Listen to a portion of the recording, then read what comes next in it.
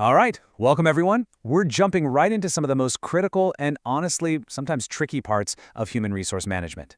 We're going to break down chapters 10.4 to 10.7 to make sure you are fully prepared to smash your AS level business exams. So, here's what's on the docket today. We're starting with the heavy stuff, redundancy and dismissal. Then we'll shift to the more positive side, building a great company culture.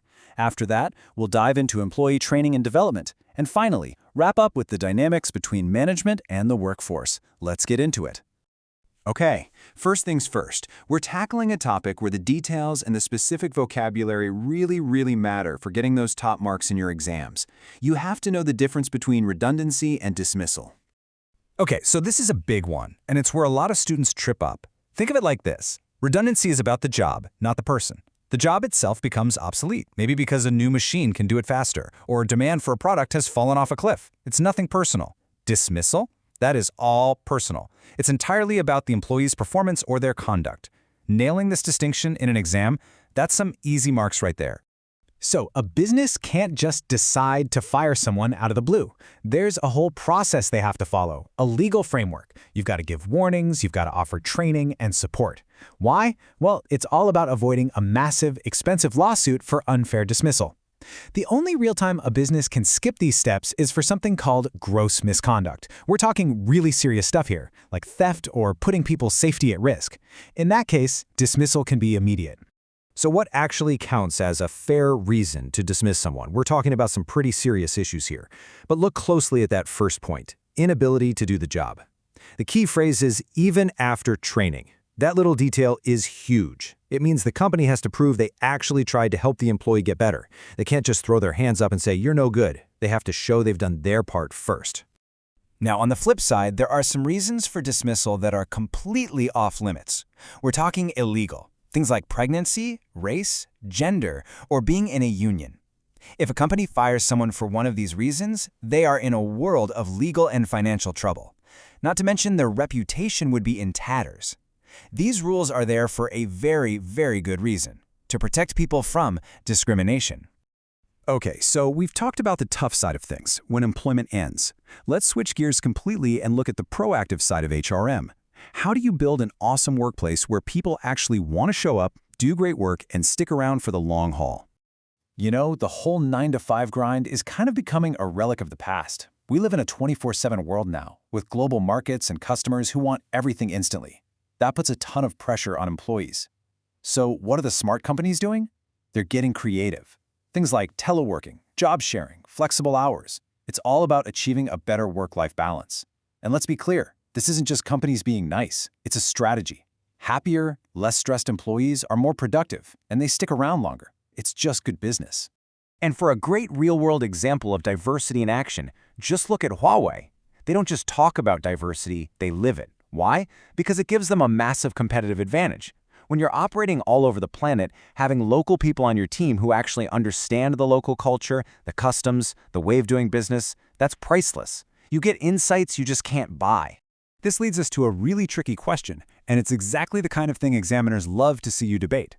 What about positive discrimination? You know, deliberately hiring someone from a specific underrepresented group to improve diversity. Is that a fair way to fix old problems? Or is it just, well, another form of discrimination?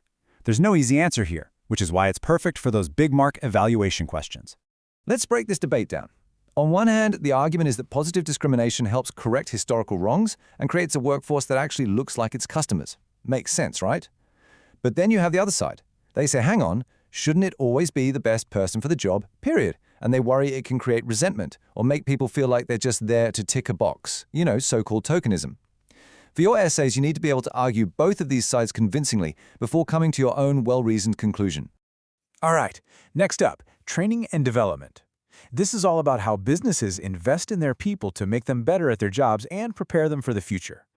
So, there are three main flavors of training you need to know. First up, you've got induction. That's your first day stuff, where the fire exits are, how to use the coffee machine. Simple, but absolutely essential.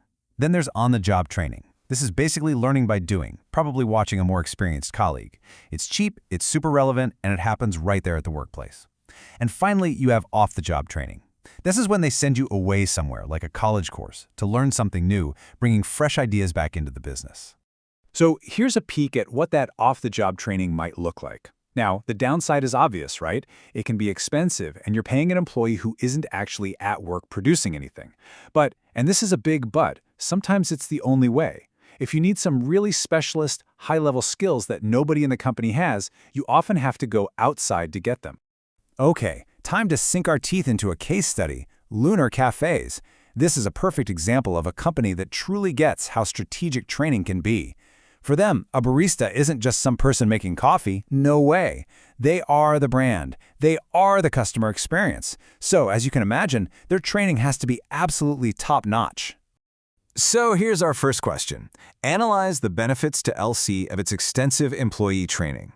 Remember, when you see that command word analysis in an exam, it's a signal. It means you need to break it down. Don't just list the benefits. Explain how one thing leads to another. How does training impact the customer? How does it impact the brand? You've got to connect the dots. And this is exactly what a great analysis looks like. It's like a chain reaction. Good training means every customer gets the same great service, no matter which cafe they go to. That builds a super strong brand. And when you invest in your staff, offering them things like college credits, they feel valued. They get more motivated, they stick around longer, and guess what? The service gets even better. See how it all links together? That's a chain of analysis. But here's the curveball. Question 2 asks if training is sufficient. Now that word sufficient is your big clue from the examiner. It's asking, is training enough by itself? This is an evaluation question. You've got to look at both sides of the coin. You can't just say, yep, training is great. You need to challenge the premise. So, to nail this evaluation, you start by agreeing, right? You'd say something like, yes, training is absolutely vital for LC because, and you list all those great reasons we just talked about. However, and this is where you earn the top marks, you then bring in other factors from the case study itself. The text mentions competitive pay, health insurance, and that great close-knit team feeling. So, your final judgment, your conclusion would be, while training is clearly a cornerstone of LC's success, it is not sufficient on its own. It's the powerful combination of great training, good pay, and a positive culture that truly keeps their workforce motivated and loyal. That's a top-tier answer right there. Okay, last section. We're diving into the relationship between management and the workforce. What happens when everyone gets along and what happens when they really don't? So, when negotiations break down, unions have a sort of escalation ladder of what's called industrial action. They don't usually jump straight to the nuclear option. They might start with a go slow. Everyone does the absolute bare minimum. If that doesn't work, they might work to rule. Sorry, boss, that's not explicitly in my contract, so I'm not doing it.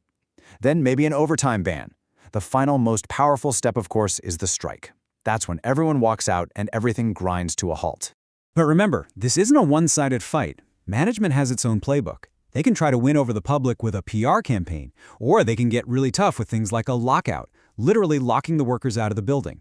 They can even threaten redundancies or closing the business entirely.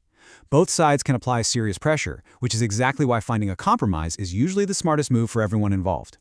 And the Cathay Pacific case is a fantastic, real-world example of just how high the stakes can get. Think about it. The union threatened to strike right before a major holiday season. That wasn't an accident. That was a calculated, strategic move designed to put the absolute maximum amount of pressure on the company. So why is a strike so catastrophic for an airline? Well, you lose a ton of money instantly from canceled flights, but the long-term damage to your reputation for reliability can be even worse. And for the employees, it's no holiday either. They lose their wages and face an uncertain future. What this whole case really hammers home is that in some businesses, cooperation isn't just a nice-to-have, it is absolutely essential for survival. And that's really the big takeaway from all these topics today. Effective human resource management is this constant, delicate balancing act, pushing for the company's goals while also taking care of its people. Finding that common ground is almost always the path to long-term success.